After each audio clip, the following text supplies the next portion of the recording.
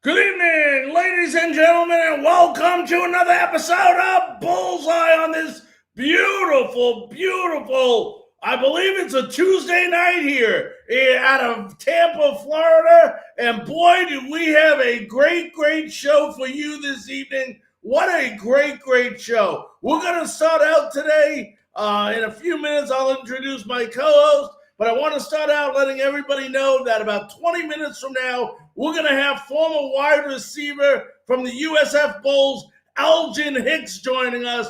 Then immediately following him, we're going to have the honor to have former place kicker for the USF Bulls, Santiago Gramatica. So a great show today. And as always, it is my great honor, thrill, and most of all, a pleasure to introduce my co-host.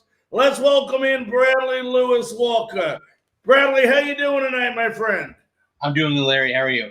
I'm doing good. I mean, I would be doing a lot better if we were having a Victory Tuesday here, but I know you and I got lots and lots to talk about. We got lots of guests. We have an upcoming game coming on, but before we get to our thoughts and our perspective on the game, let's go ahead and show a little bit of highlights from this past weekend versus Cincinnati. For those fans that didn't get the opportunity to go ahead and see the game, this will be some highlights for them to go ahead and see. So let's go ahead and do that. Lots of shifting up front for Cincinnati. Shotgun snap. USF floats one deep downfield, and it is intercepted by Kobe Bryant near the 50, and he gets tackled at the 47-yard line. So the third play of the game, shotgun snap, Marsh looking left, throws left, back shoulder throw, and it is picked off. The Bearcats have the ball. Sure do. They stepped out of bounds after the interception. Desmond Ridder ready, hands in front of his chest. Claps his hands, catches the shotgun snap, gives it to Dokes, bouncing it wide to the left, headed for the end zone. Touchdown, Bearcats, as Jared Dokes finds the promised land again. Mark 2, you saw the football land just ahead of that 13.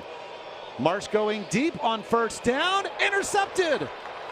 Third interception by this Bearcat defense today, and the second by number 7, Kobe Bryant. Lobbing it to the end zone, catch made. Touchdown. The sophomore Josh Wiley holds it in for the second touchdown this season. To the end zone, touchdown. After the fake to Dokes, Ridder finds Bruno LaBelle. His first touchdown catch of the year. 68-69, Paul Brown's Cincinnati Bengals played here. They had the highest average attendance in Nippert Stadium history last season, just under 36,000. Trey Tucker on the return, and with space down the sideline, a foot race.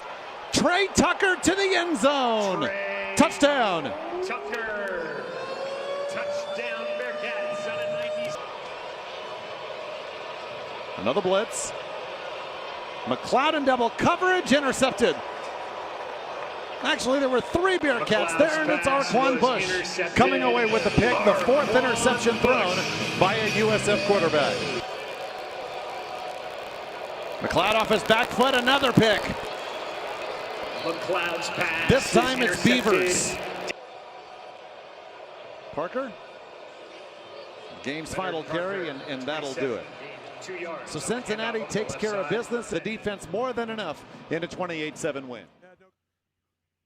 Yeah, definitely more than enough. And let's go ahead and get right there. We go. Make sure we got everybody back here. There we go, Bradley. Sorry about that. But, when you look at this game, Bradley, before you and I get into the topic I know we're going to discuss, but when you look at this game, if you break this game down, our defense was playing without 8 starters on defense, and they still gave this team a chance to win the ball game. We created 4 turnovers, 1 fumble, 3 interceptions. I know we threw for 5 interceptions. We'll get into that in a moment. But this is a game where if you look at USF up and down, they did not they did not have a lot of penalties in that game. I think they had 3 penalties the whole game. they had an opportunity to win that game.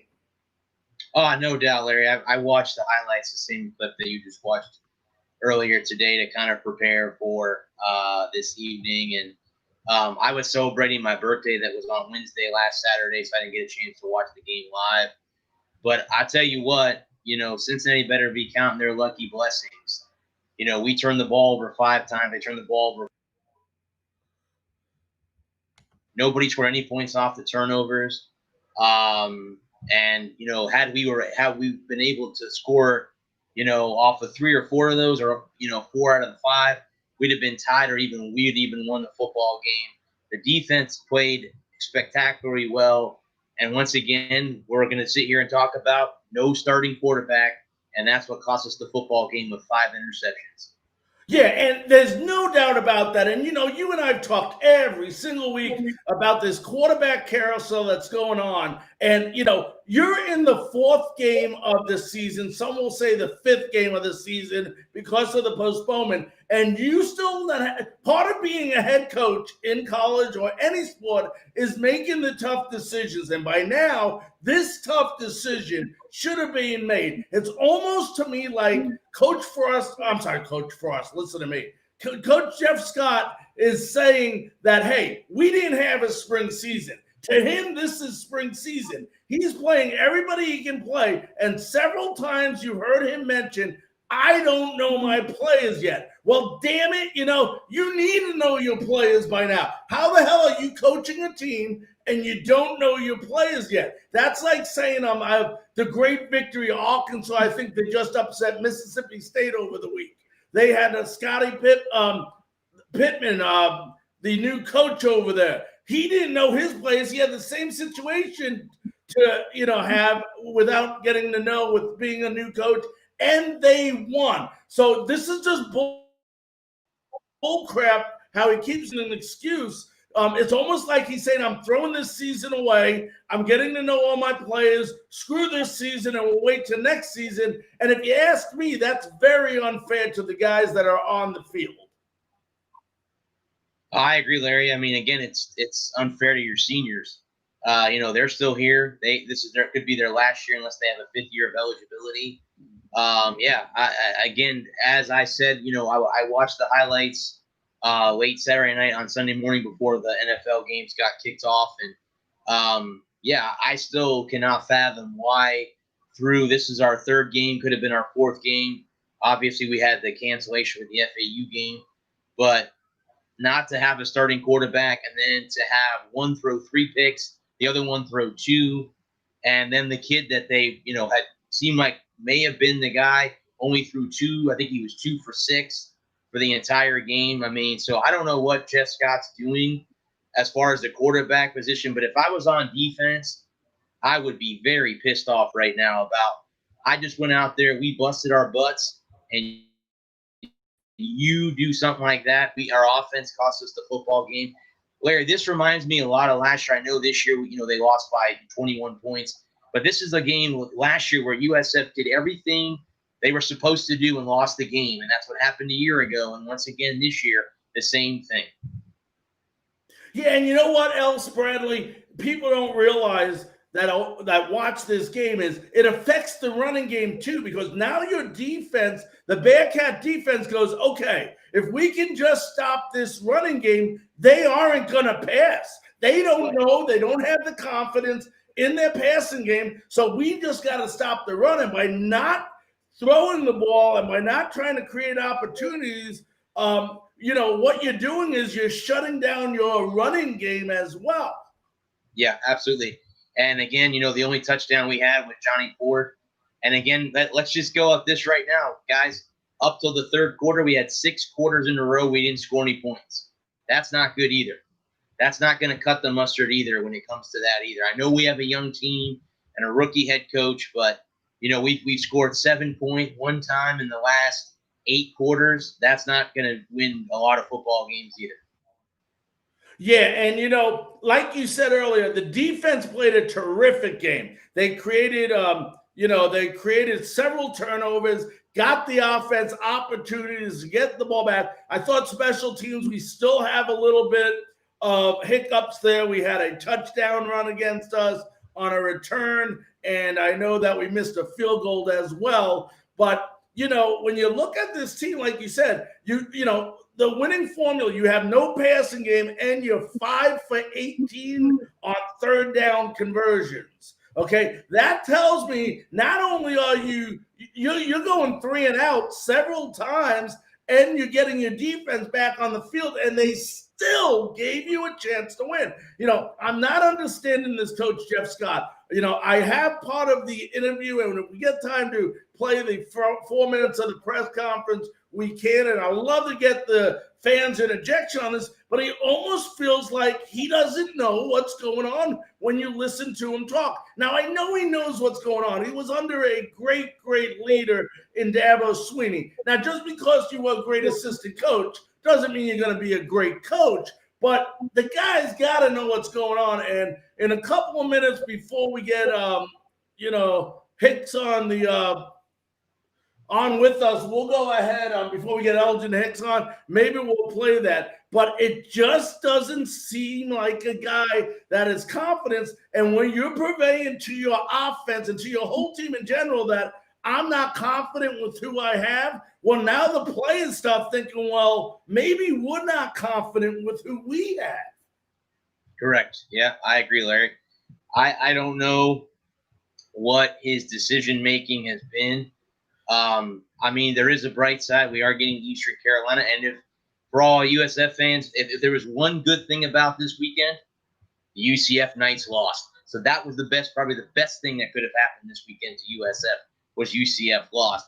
But anyway, yeah, I don't know, Larry, what he's doing, but he needs to decide on a quarterback. If it's Johnson, it's Johnson. If it's McLeod, it's McLeod, or if it's Fortin, whatever. He needs to have one quarterback play, and that's it. Or 2 at the most, not 3. Well, we're about 5 minutes away from supposedly having Elgin Hicks on. Before we do that, we got about 7 minutes. I got the tape of the post-game conference. We're going to listen to the first 4 minutes right until he opens up the conversation to the media. So let's go ahead and let's do that. Let me pull that up here. All right. And we'll start listening to that. All right, long-term where you want to be. So we'll take full responsibility for it. We'll go back and watch it on video. We'll learn. There's a lot of lessons to be learned today. And we'll get ready Monday and get focused on playing ECU for homecoming next Saturday night in Ray J. So with that, all right. First off, congratulations to Coach Fickle and his team. I think he's got a really good team that played very well, and obviously disappointed with the result of this game. Really felt like our defense in the first half kept us in the game and continued to give the offense some good field position.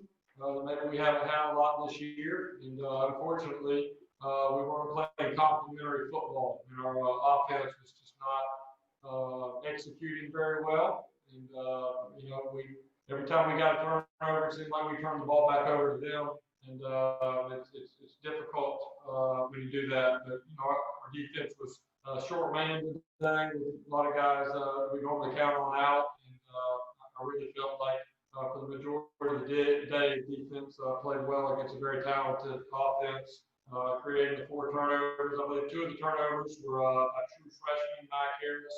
I think he had probably about 8 tackles, an interception in his first start today. And then Chris Townsend started at safety today with guys that were out, and it was nice to see he made a really nice play. So those were some positives.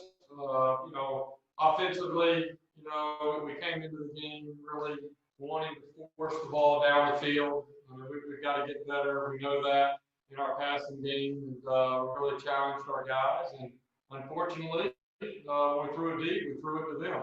And their guys made some good plays, and we just didn't put the ball where it needed to be, and really hurt us. Probably the only bright spot offensively was in the third quarter. I thought when Jordan came in outside of his interceptions, I thought he settled in and really moved the offense. We had that one nice drive where we scored a touchdown and felt like we had a chance, and then we kicked it off and they take it back to the house. So that's just where we are right now as a team. And, we have to take ownership of that. As the head coach, I take ownership of that. I've got to coach better, and I got to get our players to play better complementary football. And, what I told the guys in the locker room is, hey, we got to own this. This is where we are. We can't point fingers and, act like that this isn't going on. It is what it is. And the only way it's going to get changed is if all of us take ownership and come back and work on Monday with an attitude to get better as coaches and players. And that's what it is. What it is. We're not going to make excuses. Anybody, all teams around the country can sit here and make up excuses. We can talk about playing 2 top 15 teams in our first 3 games, whatever you want to do. But bottom line, it's about our execution. And offensively, we did not play good football today. Felt like the defense for the majority of the time, with the limited guys we had out there to play, I felt like they gave us a shot. So, hey, we'll learn from it. This is part of our journey. We knew it's going to be a challenge. We knew it's going to be adversity this year. And hey, we're on a journey, and this is part of it. And like I said before, this adversity creates change, right? And growth. And we need a lot of change. We need a lot of growth in a lot of areas. So even though it's not fun to go through and it's not acceptable, it's probably what we need right now to be able to get long term where we want to be. So we'll take full responsibility for it. We'll go back and watch it on video. We'll learn. There's a lot of lessons to be learned today. And we'll get ready Monday and get focused on playing ECU for homecoming next Saturday night at Ray J. So with that, I'll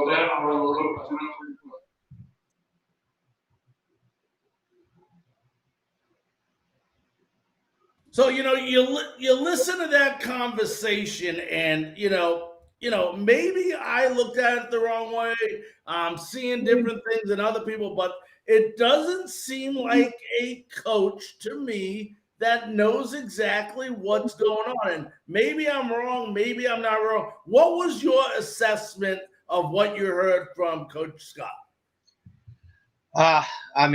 Larry, he's going to say, the right things. He's not going to tell you that, that the offense is in dismay. He's going to try to keep the troops rallied. That's what head coaches do, even in the bad times.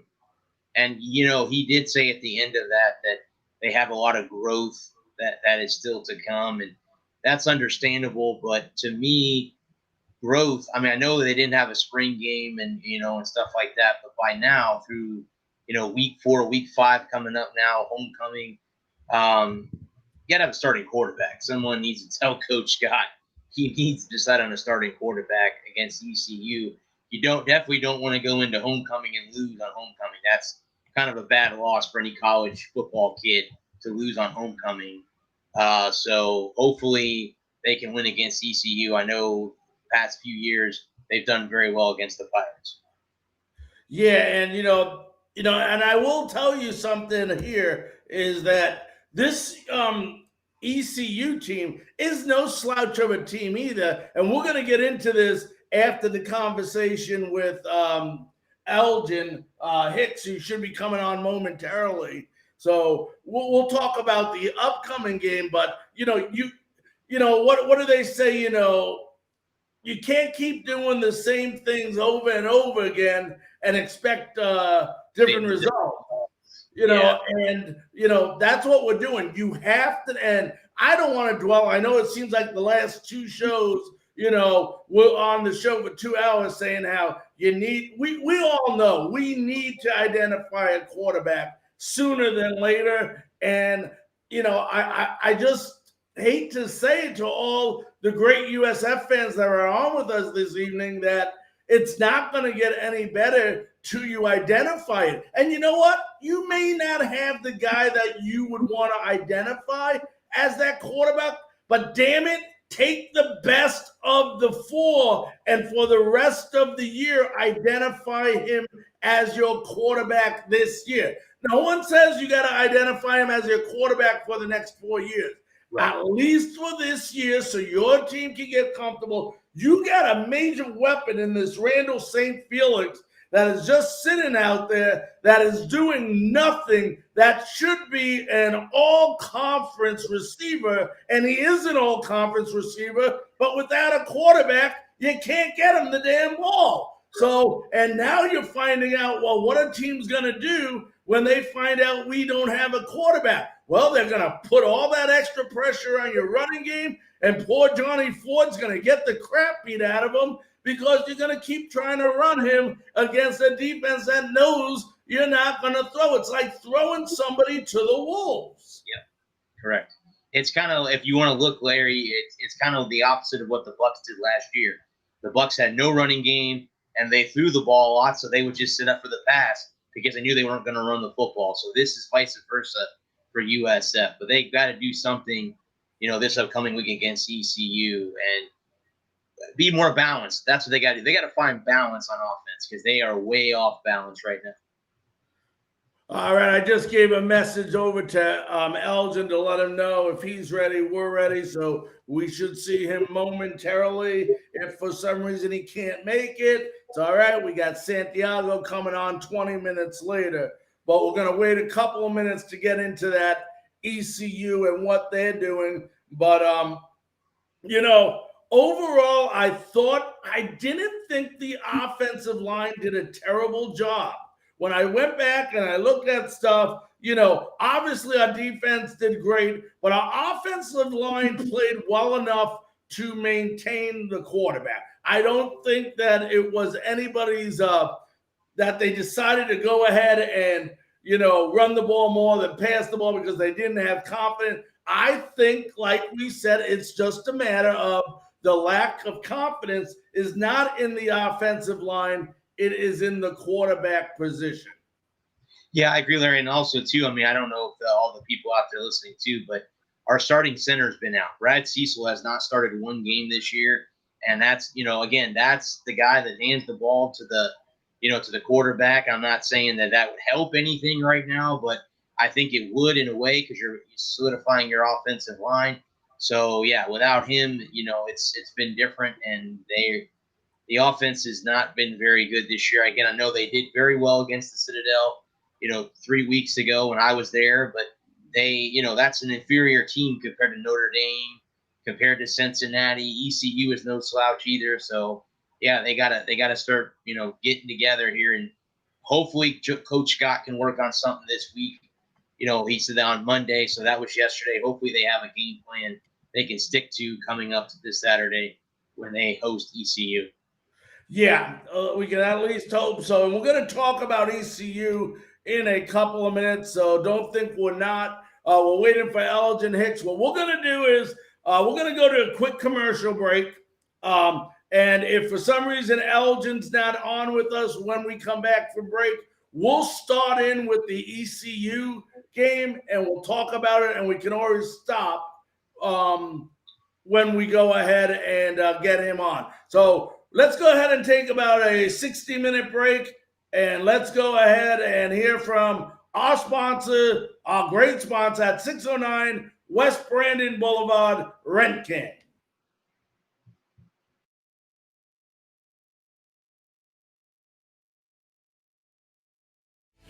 Welcome to Rent King Sales and Lease Purchase. Rent King has quickly grown to become Florida's most popular choice for new furniture, appliances, computers, game systems, and consumer electronics. Our locally owned and operated business offers a selection of more than 10,000 name brand products through our flexible lease ownership plan.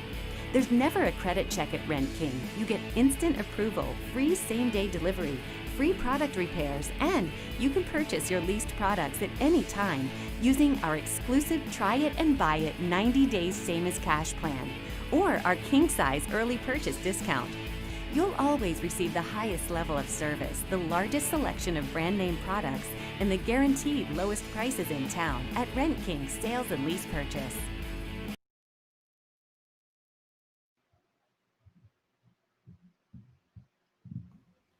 All right, welcome back, ladies and gentlemen. We're happy to have you with us today. We are waiting. We're a couple of minutes away, hopefully, from having Elgin Hicks on with us. And then a couple of minutes after that, we will go ahead and have Santiago Gramatica.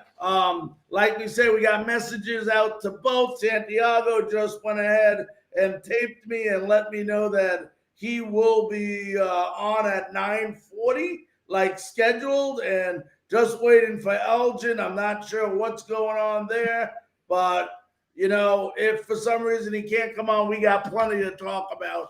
So we're not shy there. But let's talk about the Pirates a little minute, a couple of minutes. Here's a team that got beat by Georgia State 49-29. They're not a very good team. They are 4-8 last year in our conference. They're in our conference. They're 0-2 so far on this season. But I'm going to tell you what, this team does have some good players on it. They have a terrific quarterback in Holton Ahlers, who, in his career so far, is 264 for 442, 3,300 yards, 21 touchdowns, 10 interceptions. So this is a guy that can kill you with the passing game. And they also have an unbelievable running game in Darius Pinnock. So, when you go in and you look at this game and you go into, we'll be at home here at Ray J, but when you look at this game, we're going to face the same dilemma. We're not going to know, and they're not going to know who our quarterback is. So once again, we have to rely on this defense to come out strong and to make plays happen, and we're going to have to capitalize on turnovers if we're going to win this game. We are showing week after week that offensively we are no threat. So if we can't go ahead and make things happen on the defensive side of the ball, it could be a very, very long night at Raymond James Stadium. Yeah, Larry, it very, very could be. And again, for the people that get a chance to go, there will be fans in the stands. So, and yours truly would probably be there if he wasn't going to be on vacation this upcoming weekend. But it's going to be interesting to have fans there, because I was there for the Citadel game and it was very eerie. Yeah, Eastern Carolina, again, they lost 51-28 to our nemesis UCF, and they did lose last week, but they do have a good quarterback and a good running back. I saw both of them the last 2 years or last year, so they're no slouch either. And again, this is a 7 o'clock kickoff, so USF's got to be ready to go, because the last 2 weeks have not been pretty, and there's really no positives you can take out of the last 2 weeks at all. So they need to throw the film out, go back to the Citadel game, and try to get these kids back in a positive mindset for Saturday night. Yeah, and like we said earlier, they got to find a way to get Randall and Felix involved in this game. And, we know Johnny Ford is going to try to establish the run, this Saturday night. But, you got to get this guy Felix involved. And this is not a slouch of a defense by any means. When you talk about this ECU team, they got Tank Robinson. They got this guy, I believe he's a sophomore this year. He was an all-freshman last year in Jaquan McMillan. And they also got a linebacker named Van Smith, who is just everywhere you go, you see this guy. So this is a swarming type defense. And once again, this is going to be another opportunity for, this offense to get started. I wish I had the magic crystal ball and I could say, Bradley, they're not doing this right. They're not doing that right. But, it's not like the guys aren't working. It's not like they're not trying. But, we can go back all day long. Now, I do want to let all the fans know, and it's not an excuse by any means, but we had over 20 players out last game. Okay, a lot of people did not know that. They didn't hide the fact that we did, but several of our players did contract COVID-19, and they did go ahead and were unable to play. But, something's got to give here. And, I listened to Jeff Scott earlier again. They asked him the question about that quarterback situation, and son of a gun, there's no change. So one of them is going to have to step up. When you look statistically, McLeod was 12 of 21 for 137 yards. He threw 2 interceptions. But, Marsh was no better. He came in, did 6 for 13, hardly any yardage, and threw 3 interceptions. So 5 interceptions between those two quarterbacks. You and I were, I know, very surprised that 14, or however you pronounce his name, Cade Fortin, the NC State transfer or North Carolina transfer, was hardly used in this game. So what we thought might happen did not happen. So my guess and your guess is just as good as, I guess, anybody else's guess right now. Yeah, Larry, like you said, I mean, Cloud went 12 for 21, and Marsh went 6 for 13. Again, Marsh threw 3 picks, Jordan threw 2, and, Cade 14 with 2 for 6 for 14 yards. So, yeah, I mean, it's very interesting. And, there you go, too. Let's look at Randall St. Felix. How about 1 catch for 11 yards? That needs to change. That is just asinine that's going on like that in receiving yards, because he was a big weapon when Charlie Strong was here, guys. Again, I got to see Charlie Strong's final 2 years here when this team started off in his second season. They started off with 7 straight wins, went 7-6. Fortunately, lost the last 6 games, and then last year they went 4-8, and Charlie got fired. But I mean, Randall St. Felix was a big part of that offense in the passing game, and it's just upsetting that they can't find him because they don't have a quarterback. They don't have anyone to throw the ball to him. So until they get that fixed, it's going to be a very, very interesting question how this offense is going to move the ball up and down the field. Yeah, and hopefully, I mean, it doesn't look like weather's going to play a major factor, at least for now, in this game. And we can hope that that's not the case. Let me see. I just heard somebody here. Let me just make sure that nobody's trying to come up. Okay. But this is a conference game, I believe, right? EC is a conference game. So it's a second conference game. We played Cincinnati. So we have an opportunity to get back to 500 with a convincing win. It's not Cincinnati. I understood the Notre Dame game. We got blown away in every single aspect of the game. What burned a little bit more about the Cincinnati game was that we had the opportunity to win. We couple of executional plays, not some turnovers, this and that, and we're right in that game. Now, ECU, this team cannot look at this team lightly. They go in, they look at this team lightly, they're going to get beat. They got to come out like this is the best team in college football and play with that kind of intensity. And that's the key word that I want to use. They have to come out with intensity. They cannot come out flat, and they got to score quickly, although that doesn't always prove to I think we scored quickly before, but we got to jump on these guys early. Oh yeah, Larry, definitely. We actually, and I'll be honest with you, and I hope I don't sound too frank here, but they need to score on the first drive. The Bulls need to get on the board first. They need to score. They need to score the touchdown or a field goal or get some kind of offensive points on the first possession. They need to drive down, get some positivity, don't punt the ball, get a field goal, get a touchdown. That'll help the confidence of this team, which I think right now is very damaged. Their confidence is very damaged. So they need to get some positivity going. And that would help. That would help.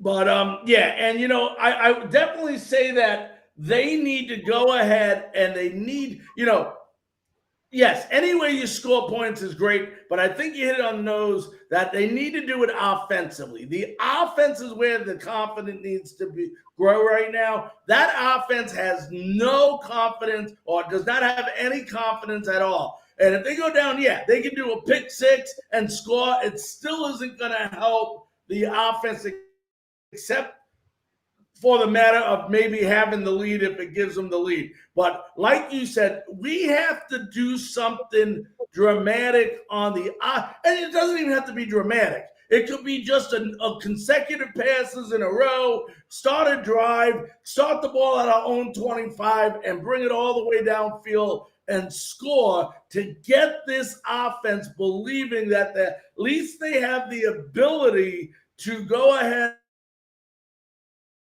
Correct. Yep, absolutely.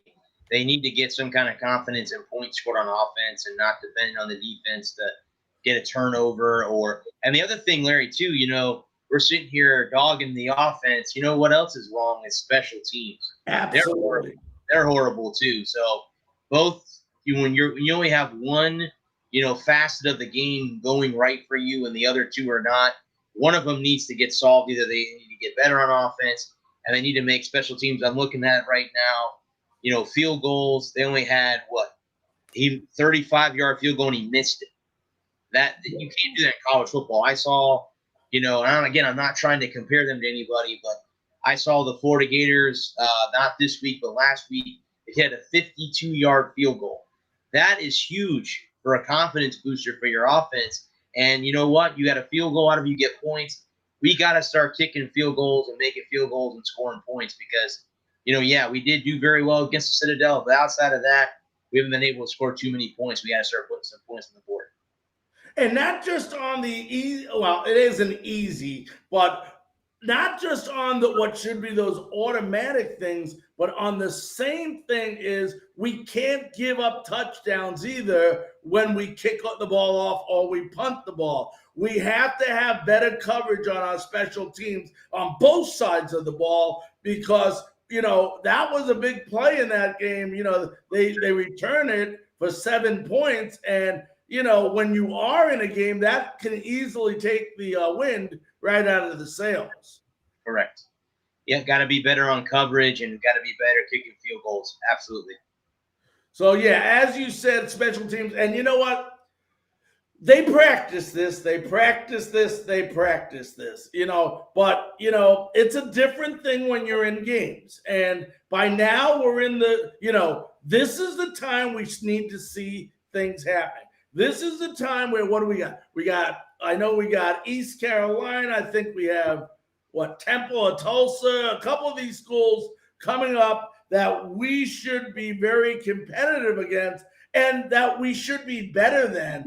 And, like I said, it's just a matter of getting this thing going. I think once we start getting them believing in themselves, the sky could be the limit. Correct. Yeah, there we have Eastern Carolina, then Temple, then Tulsa. I think three, I'm not going to say inferior teams, but three teams that we should be able to get some confidence back and get some wins off of before we go and play Memphis, Houston, Navy, and UCF for the final 4 games. Right. And, and the only team, when you look at that, and now Navy's not a bad team either. I've seen them play very well this year as well. But, we should be able to win these games up to the UCF game. And, when you look at this, and, we didn't get to see, you and I did not have the luxury, just like nobody else, of seeing spring games and spring practice because they were all canceled. So we don't really know what we have. We only know the players that we've seen in the past, what their ability is. But by now, I think it's time where, we should start seeing this team becoming more cohesive and more together on all aspects of the game, from special teams to offense to, like I said, I'm not going to knock the defense. They were missing 8 starting players and they still gave their team a chance to win. It's hard for me to sit up here and knock them when they played their hearts out and did give their team a chance to win. Yeah, Larry. Yeah, again, I mean, I saw the final score and then I went back and looked at the stats, and it shocked me that the defense had 3 interceptions, 1 fumble, and gave the offense an opportunity to get. I mean, you have 4 turnovers, you score on all 4 turnovers. Guess what? We win the football game. So I mean, that's it right there. That's the way it goes, and we were unable to do that. So yeah, they're gonna have to clean it up offensively. And again, you look at it now. I mean, the next three, I think, are very winnable games. Memphis, I don't really know too much about. I know they're playing UCF this week. Houston, I don't know too much about, so that's it. But we like. I hate because I'm not trying to jump too far ahead in the schedule. But if we're playing like we're playing right now, UCF is going to beat us at home on Black Friday. It's going to be like a 63 or 70 point win. We have got to get everything better before we get. And again, I'm not trying to jump ahead, but I'm looking at the schedule, and that's the game that I think we all circle on our calendars, and yours truly hopes to be there, in the press box for the media. But yeah, we've got to get better if we're going to play any of these teams moving forward. We've got to get better. Yeah, and Santiago just texted me. He's trying to get on right now. So Okay. hopefully we'll have him momentarily. I think he's joining us right now. So let me see if I can go ahead and, yep, there he is. I know that face. Let me go ahead and pull him up here, and we'll get him on right now. Hey, there he is. Santiago, How's it how going? you doing today? I'm doing very well. How about yourself? I'm doing great, thank you. I'm sorry, I didn't tell you which phone to use. I didn't know I had to. No, it's fine, and that's on me. That's on me. So if for some reason I had to log in through another account, so I don't know why it wasn't letting me log in, but that's sometimes certain phones, I don't know why it does that. So I apologize about that. But Santiago, thank you so fine. much for joining us on Bullseye. It's a new USF podcast. We're trying to help promote USF. For a while now, I've been feeling like, we're the number one school in the Tampa Bay area, and that's the way the fans should be, cheering for. That's who they should be. So we're trying real hard to promote them and to get people to start, getting into USF. And I want to ask you a question right off the bat, Santiago, because I know what it's like to have a lot of brothers. I have 6 brothers, so I know what it's like. And 4 of them are older than me. So the question I have for you, when you were growing up, getting into your college years, did you feel like there was extra pressure on you to succeed because your last name was Gramatica? Actually, for me, it was quite the opposite, because I felt like it gave me a lot of opportunities, which I had to, obviously do a lot on my own. Past that, it opened up so many doors for me. I had the opportunity to meet Coach Levitt because of Martine. He recruited Martine to Kansas State. So I knew Coach Levitt since I was 10 years old. So he already knew of me. When, that's the most difficult time for a young athlete coming out of high school, is to be known or be seen. Back then, it wasn't as now you have YouTube and Huddle and so many opportunities. So just being noticed, there were so many other great kickers across the nation that unfortunately didn't have opportunities. So I saw it as a huge opportunity to, be noticed, be seen. And then you have, 2 NFL kickers that are watching your every move and guiding you. And I felt like when I went to USF, although I had my big time struggles my freshman year, that was all on me because they paved the way for me. They kind of walked me through, and I felt like I had already been in college through them. So no, to me, I saw it as the opposite. It was, I put a lot of pressure on myself to try to do well, but thanks to them, I had so many opportunities, and I'm grateful for it. But you have a lot more brothers than I did, so it was probably a little more difficult in your household. So Santiago, and you're right. I know I want to look in statistically, and stats don't tell everything, but you did struggle your first year. But the one thing you did very well was extra points that year. You led your conference with 52, I think it was, extra points that year.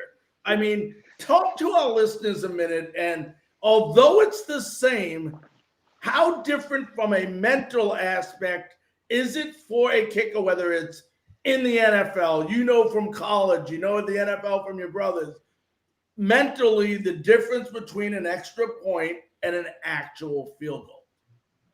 Honestly, and I train kickers now. I have a few high school kickers that I work with, and mentally, the goal is to always treat every single kick as if it's the same kick, no matter if it's an extra point or a 50-yarder. And I always say, we could go out in the field and you could kick 100 extra points and make 100 of them if you focus, but the reason, like, I missed my fair share of extra points, and I can tell you on every single one, it was just because I lost focus for a split second. Whatever it may be, you look away, you kind of take it for granted.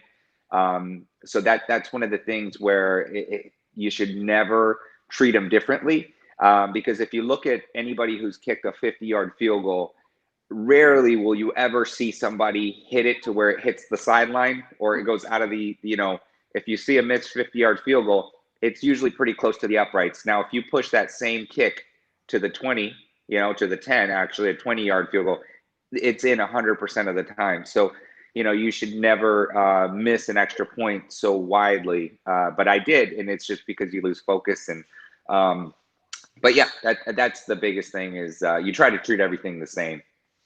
Now, what was the main difference? Because when you look at year 2, amazing. I think you were 16 of 21 your second year making field goals. You led the conference in field goals made. What do you contribute or attribute to the difference from year 1? Well, I felt more comfortable. I did, after my freshman year, I had knee surgery. I had a torn ACL my freshman year, which I had torn in high school. But I didn't know. We just thought it was torn cartilage, and so I'd go see the trainer, and Steve, who was one of the best trainers in the nation. We worked closely, and I just, after that surgery, I kind of focused a little bit more on some of the key fundamentals. And I think that made me even stronger, made me more confident, just putting extreme focus on just the kicking portion of it. And my freshman year, it was my own reason for having those struggles, because it didn't have anything to do with the knee myself. It was more mentally. I just had struggled. And that's one of the things where, I have to thank so many people, because Coach Levitt stuck with me, and Larry Antonucci, who was part of the player personnel back then, he was somebody that I depended a lot on, because that first year was very difficult for me. And he was more than just a coach or just, a player person. He was there all around and helping me emotionally, which I needed it. And then, of course, like I said, having my 2 brothers who had experienced, the highs and lows, they prepared me for that next year. And it was just a great way to bounce back. Yeah, go ahead, Bradley. Jump in, because I know sometimes I don't give you that opportunity. Go ahead and jump in, and go ahead. I know you got some questions as well.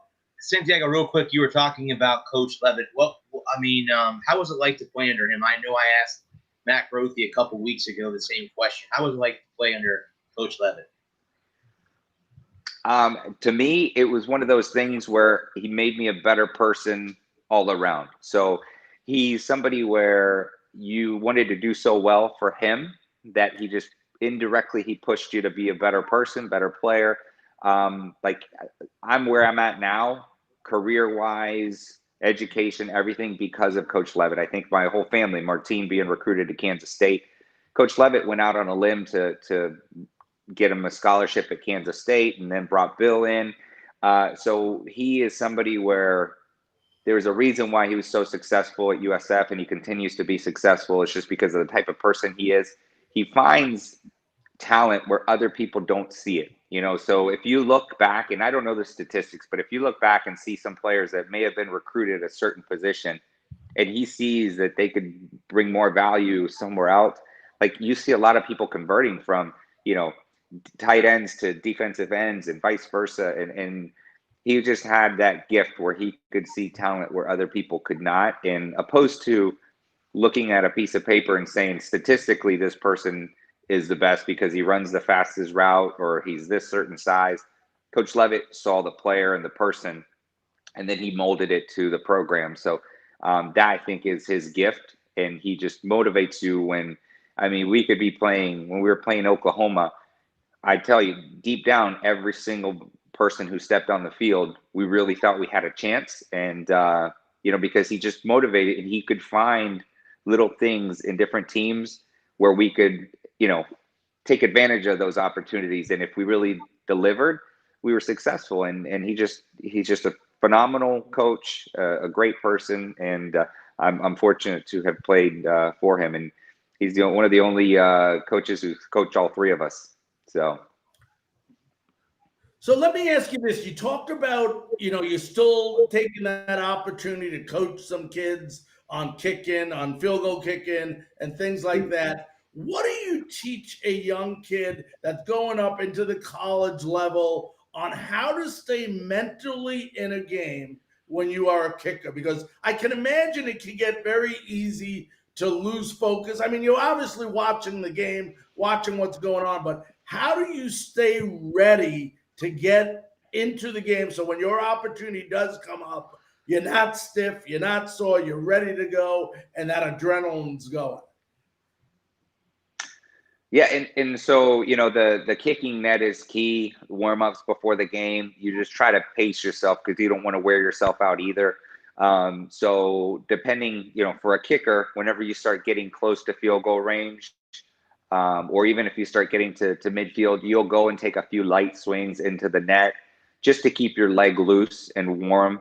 And you always have to be focused and ready, even when we're on defense, because you get a pick six and you're kicking an extra point. So you just constantly have to be focused on what's going on and mentally prepared.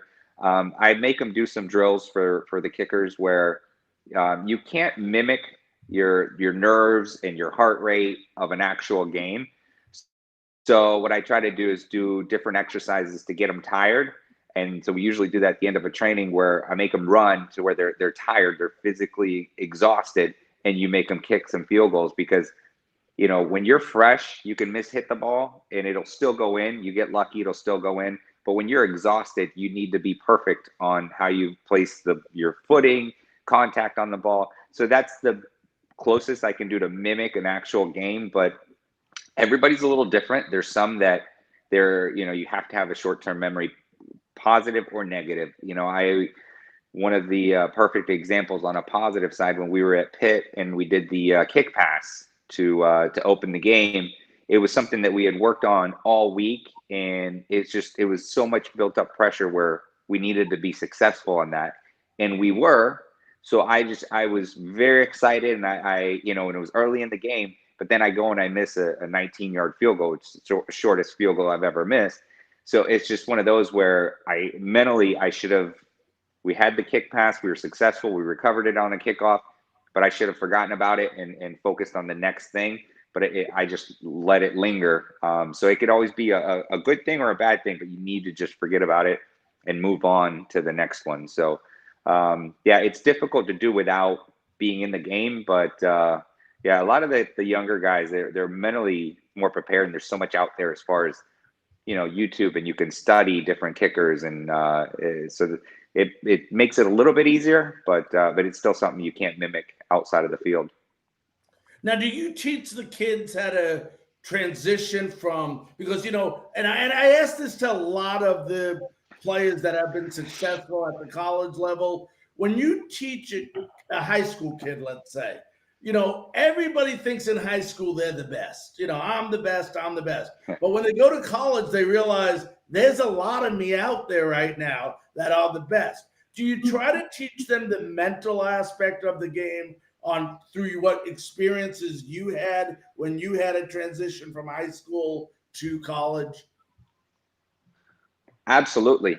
In my opinion, I think the mental aspect is 10 times bigger than the physical aspect, because you could get, some high school kicker off the street, and in practice they can hit 50, 55 yarders. You see some of the kids now just hitting 60 yarders, but do that in a game, that's where it matters. It's the mental portion of it where they'll struggle, and it's just a different situation. And as far as, you could have the best kicker in the state. And what I always tell them, I don't care if you're the top one, if you don't continue to push yourself, that number two, he's coming for your spot. So it's like, just because you're the best kicker doesn't mean that you're going to just remain there because of where you're at ranked or whatnot. You have to continue to push and move forward and grow. And strength and whatnot, because at number 2, number 3, they're coming after your spot. And if you get comfortable and relax, you'll get past, and it's harder to catch up from there. So yeah, there's a lot that's involved, but it's such a rewarding position. It's difficult at times. I compare it because I coach soccer now. And it's you compare it to the goalkeeper, because they don't get a lot of time out on the field where they're noticed. They're in hockey, same thing. It's like that goalie's there, but you could save 100 shots. The kicker could make 100 kicks, but you miss that crucial one. That's what everybody remembers. So that's the difficult part. It's very rewarding, but it's very frustrating at times as well. All right, go ahead, Bradley. Santiago, when you were at USF, was there any particular opponent that you look forward to playing every year?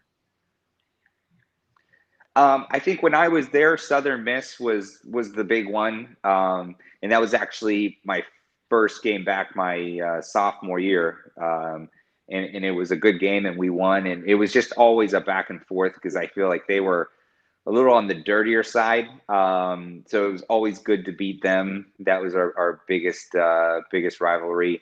But as a kicker, you don't look at those things, because your role is the same no matter what. And that's what I tell kids all the time.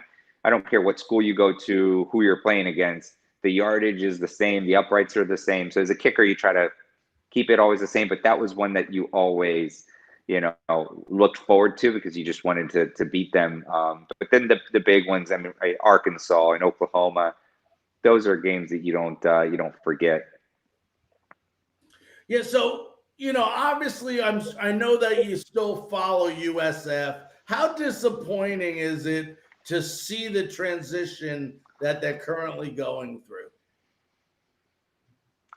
It is. It's tough, just because there's so much potential, and there's so much potential in the state of Florida, and there's some great athletes there. And I think Coach Strong's going to do some good things. I haven't personally met him, but just from seeing, online, it is frustrating, just because of where we're at. I mean, who doesn't want to come play at USF? We're in the perfect place in Tampa. There's so many things to do, and so for recruits, I think it should be easy, you would think.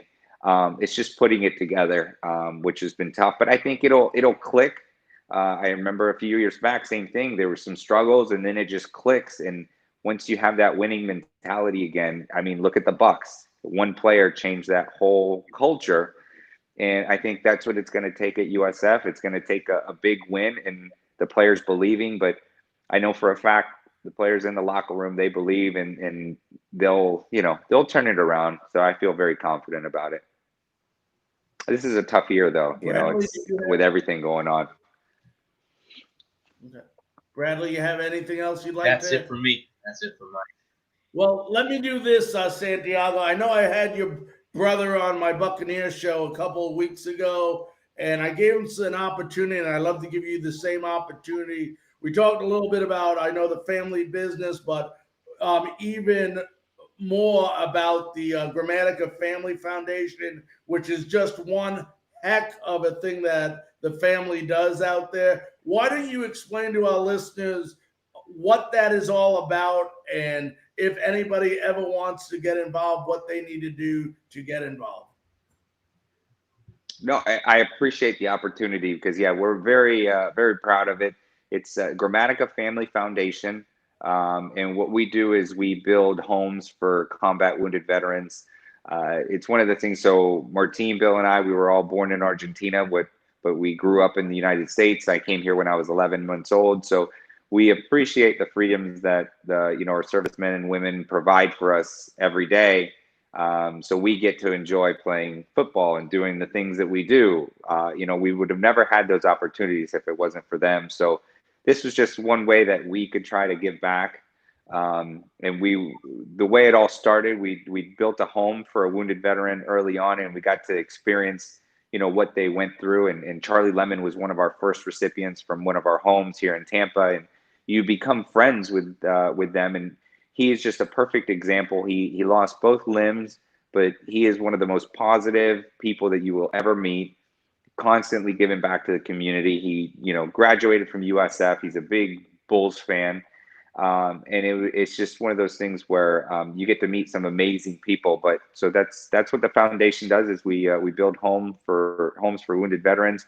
We've adjusted a little bit because of the situations with COVID this year. It's harder to, raise funds to build a complete house. So what we're doing is we're adapting and helping some veterans that need more accessible homes. So we're just assisting with those projects until we can get back and do a big kickball tournament every year, and that's where we raise most of our funds. But it's very rewarding, and what we always say, and I'm sure Martine shared on your show, it's called the Gramatica Family Foundation, but it's actually all of the Tampa Bay community that's stepping up and helping us. We're the ones that are putting the things together, but it's the whole community that are stepping up and doing all the heavy lifting. So we appreciate everybody, and I appreciate you guys letting us talk about it. Yeah, and if there's anything you ever need, and I told Martine this as well, he knows how to get in touch with me. You know how to get in touch with me. We'll put anything you need on when we do a show or on the website. You just let us know, and we'll help you out in any way we can. No, I appreciate that. I appreciate you guys having me on today, and I look forward to watching next week. Billy Henderson, he was a great teammate. I know he's in law enforcement now, so he's built a little bit bigger than I am. I don't know if you've seen some of his videos lately. He's pretty jacked. So, anyways, I wouldn't want to arm wrestle him anytime soon. But tell him I said hello, and I look forward to watching some more of your shows. All right, thank you very much, and you be safe and have a great night. You guys as well. Thank you. Have a great night. You do. That was Santiago Gramatica. What a great guy. I mean, Bradley, you listen to him, and, a lot of these guys that we have on that played formerly for USF, the one thing that I notice about them all, and I'm sure Billy will be the same way next week, is they all are very proud to have played for USF. Yeah, and also Larry too. Now I've had a chance to ask two former Coach Levitt players, and both of them answered the question the exact same way. Matt Grothe did that 2 weeks ago when we had him on here, and it's very, very cool. That again, I got to see Coach Levitt a couple times and not really get a chance to talk to him, but I got to see him shake his hand. But again, obviously he was a positive influence both on and off the field for a lot of his players. So that's awesome to hear. And if you want to ask your guest next week the same thing, you can take my question, Larry, and ask him for me while I'm not here, but that would be cool.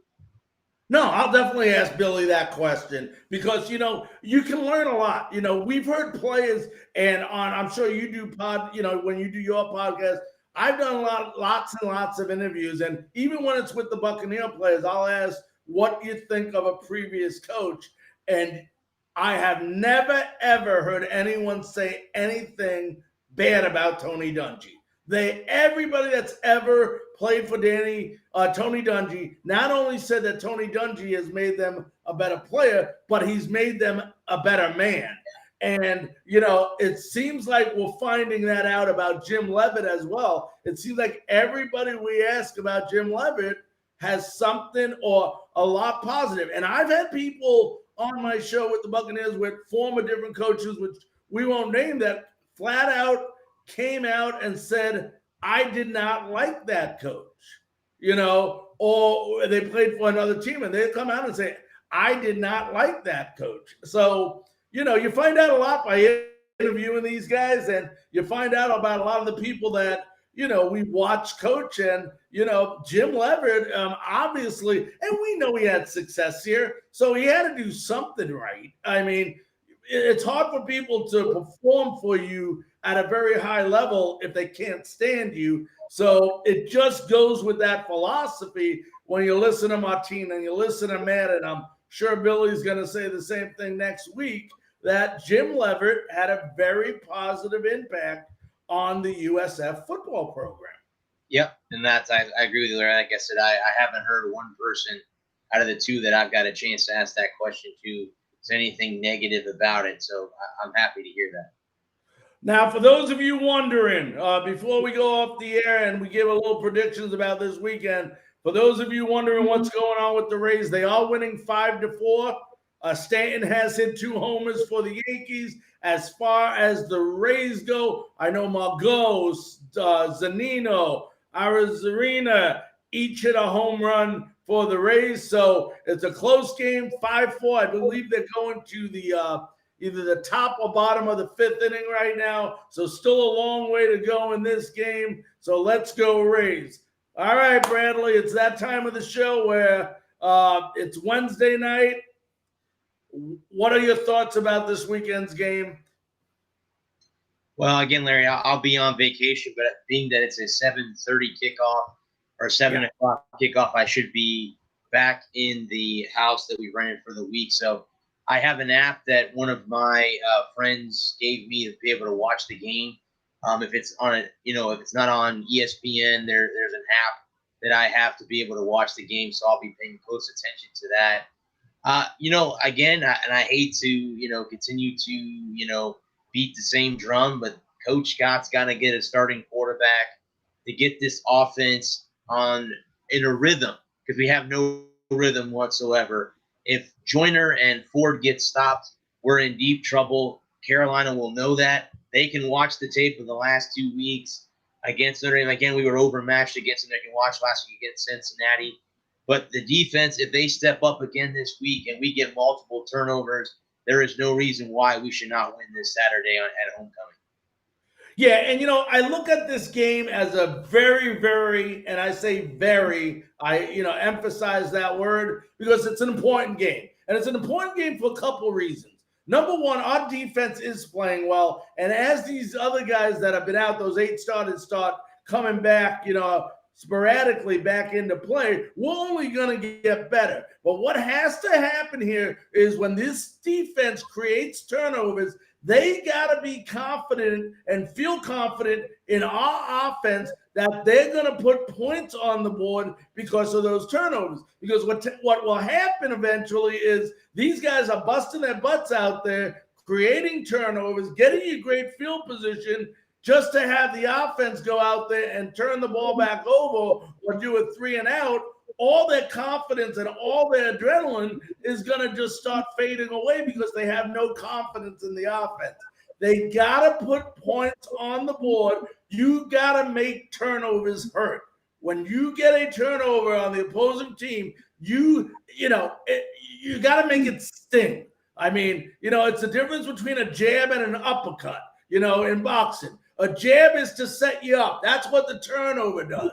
The uppercut is the one that puts you out. And that's what we need to do in order to be successful. I'm very confident. And you heard Santiago say, I'm expecting great things. I don't want people out there to think that we lost faith in Jeff Scott. That's not the case. In no way, shape, or form. It's just that some of the things that he's doing, I'm questioning. I'm not questioning because I don't like him or that I think he's a bad coach. That's what we do on this show. We question him. But at the end of the day, that's our job. That's what we do. And you know what? He's going to prove us wrong. And there won't be too happy people than Bradley and myself if he does prove us wrong, because that means we're successful.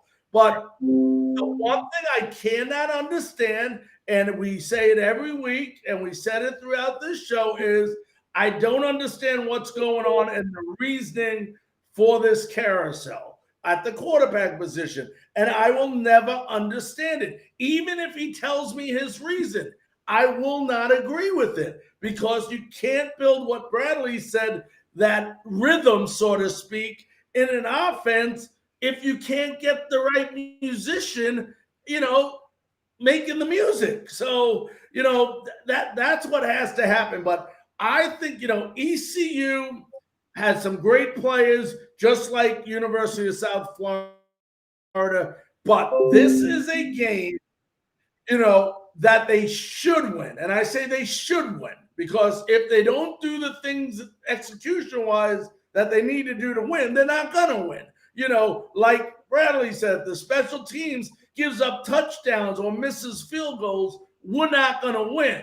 We have to control what we can control when we have the moment to control it. I think I said that right. And that's what we got to do. When we get that opportunity, when we create a turnover, we got to score, like Bradley said. You know, we got to come out, we got to score an offensive touchdown. An offensive touchdown. A touchdown where the offense goes, damn, this is what I knew we could do. Let's go out and do it again and again and again. And they got to get Felix involved in this game. You know, it can't be on Johnny Ford. You're asking Johnny Ford to do way too much. You know, you're putting the ball in Johnny Ford and said, lead us, keep going. He's one person. He can't do it alone. He needs a quarterback with him. And, you know, but I think USF will win this game. Me too. I don't think it's going to be a blowout, but for those people expecting them to win like, you know, the Citadel game, I don't think it's going to be that. This is a conference game. Conference games are tough. It don't matter who you are, what your record is. But I would say they will win by 10 to 14 points. I agree with that, Larry. That's a good pick. I agree with that. All right, my friend. I know you're on vacation next week. I'm going to do it solo. But I know it's been your birthday, so happy birthday, and you make sure to have a good weekend. We'll see you back in 2 weeks. For those of you that are listening to our show right now, we will be back again next week at 9 p.m. with Billy Henderson. And what a great interview that's going to be. We'll talk about Jim Levitt and his time playing with Jim Levitt and playing with USF. For everybody, have a good night. Go Bulls, go Rays, go Bucks. Horns up.